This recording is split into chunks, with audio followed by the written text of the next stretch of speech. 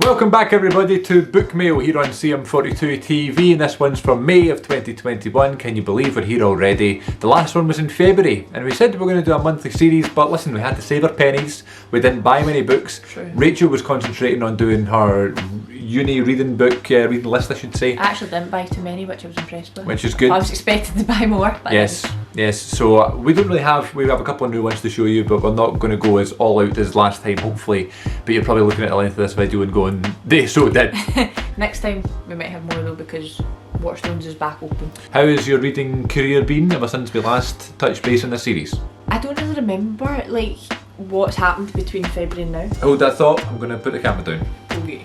I don't really remember that much like what I was reading when, because before uni, like Chris was saying, like I just had to keep going and stuff. I've read 2 since finishing my uni reading list, like just for myself. So yeah, and I'm on my 3rd, and then I bought an extra one. And your goal for 2021 is? 20, well I aimed for 20 originally, but I'm including these 2 plays that Goodreads doesn't include when you put it on Goodreads, but I'm including them. I can concur that plays do indeed count as books. So I think I'm on number 12. I could be on 11. I think I'm on number 12.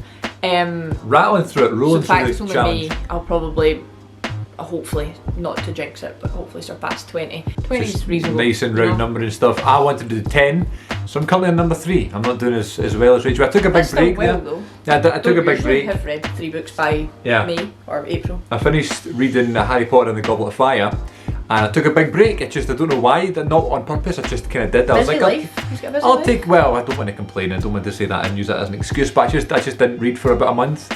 And then I started back reading this, which is what I showed you in the last book mail video, the Thursday Mother Club by Richard Osman. This is what I've started now. As you can see, I've just started, so this is where I'm going for the rest of hopefully the month through May and get through this, but it's really easy to read as I've started. And I started to notice because chapters are really short.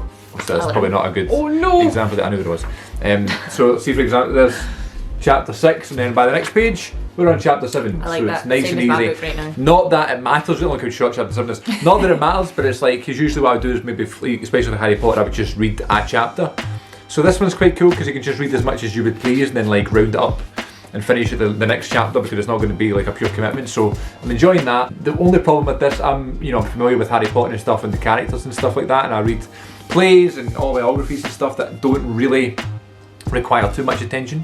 Whereas this is all brand new characters and there's lots of different characters, and that's sometimes a problem with books. I'm still getting used to it. There's a lot of characters. I found that when I read the All for the Game series, when I started, there was so many names thrown at me in the first 2 chapters, and I was like, you become attached and it's fine, but yeah, and then you put the book in your head and it becomes a vicious cycle. It becomes emotional. So I will let you know at the end of, or by the next book mail video, how I got on with the Thursday Murder Club. This one was one Lister by Raven Lilani. We said this wrong in the last video, I think, as well. Okay. Whatever it was.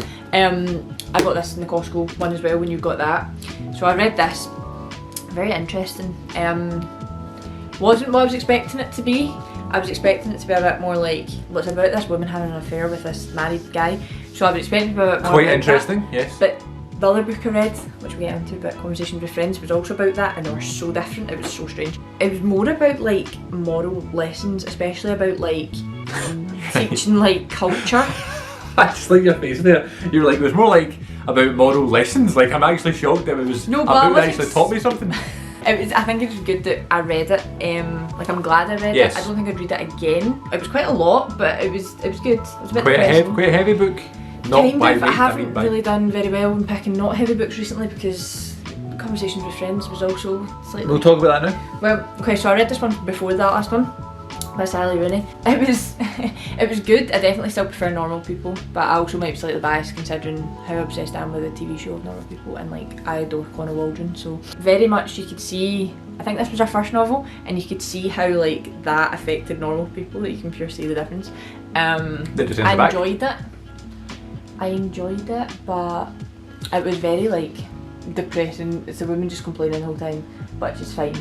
But yeah, again, came up with some topics that aren't always necessarily spoken about. She gets, this isn't really a spoiler, but she gets ill at one point, and I literally diagnosed this woman correctly by reading this before I even got to it, and I was like, that's my years of watching Grey's Anatomy. You're like, it's probably going to be this, she's going to be in the hospital for 2 weeks. I got it right. Yeah, no, it was good. It was definitely more focused on the affair in the first half of the book, whereas this one didn't really focus on the affair at all. And I didn't mean to read these together. They were both about affairs, and I was like, what am I doing? What am I doing?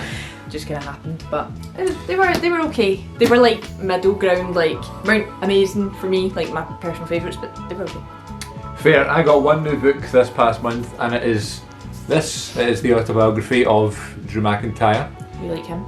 Yes, we do like Drew McIntyre. This is A Chosen Destiny, but then they've went and ruined it by My Story. I have a thing about autobiographies, how every autobiography, that's alright, doesn't matter. Either is my story, my journey, written by my life, life stories, the story of me, stories from my youth, whatever. Just, I mean, if it was just called Drew McIntyre A Chosen Destiny, then great. I guess they need to add in my story so you know that it's an autobiography and it's written by him, even though he does have a ghostwriter at some point, I believe. Okay, Sarah Edworthy, which again is fine. They're not professional writers, right? You know what Exactly. I mean? That was like the Paradise Island by Sam and Colby, the YouTubers.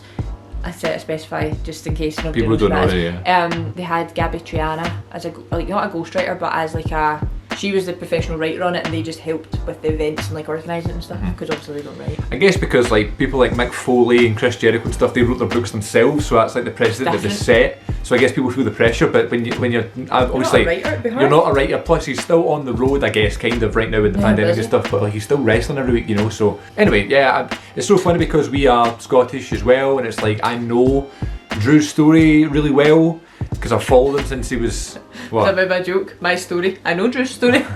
Because I've followed him since he was whatever 16 or 18, whatever age he was when he started, and I've met him and stuff like that. So it's like these nice wee things, and now it's just like getting it confirmed in a wrestling professional book is like quite cool. And what I love as well is that obviously Drew talks about Twitter all the time about Rangers, his football team.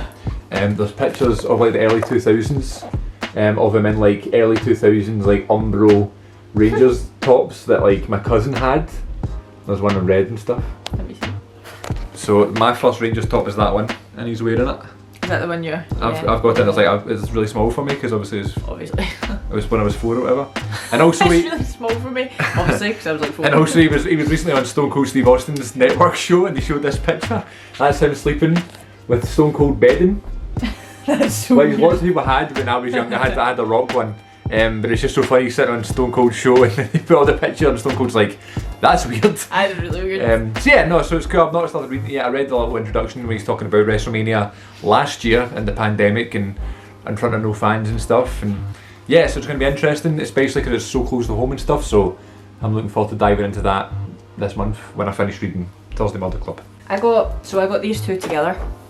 Even though they're not really related. So I've started reading this one. It's called Just Friends. It's your most stereotypical friends to lovers trope.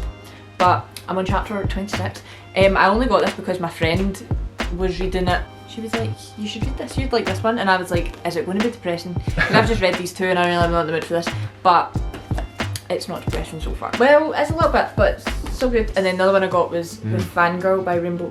The Fangirl, it's not called that. Fangirl by Rainbow Rowell, the manga version, because it's the first book I ever read when I started high school, and I've read everything Rainbow Rowell's published and stuff, and obviously I'm obsessed with Baz and Simon, like Carry On, well Simon's no series, so Carry On, Anyway the Wind Blows, and Wayward Son. I said them in a weird order, but so I'm really obsessed with this. I haven't looked through it properly yet, but it's like, it's so cool. I'm very excited about it. I ordered Anyway the Wind Blows, which will come in start of July, and it's the prettiest cover ever. Like I can't wait to film with that one because oh my god. So have you not read that yet?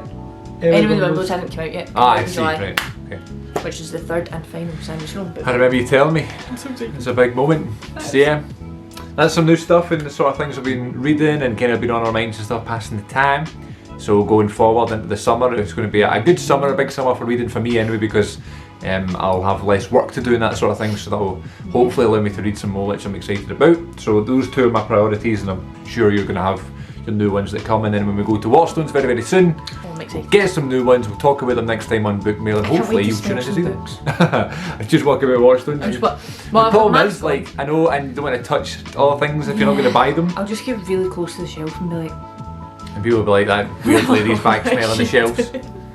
That's strange. Right, okay, thanks for watching everybody. Take care of yourselves. We'll see you all next time on Book Mail when it'll be 3 months later, I don't know. Hopefully it'll be next month. We'll try and keep up consistently here on the channel.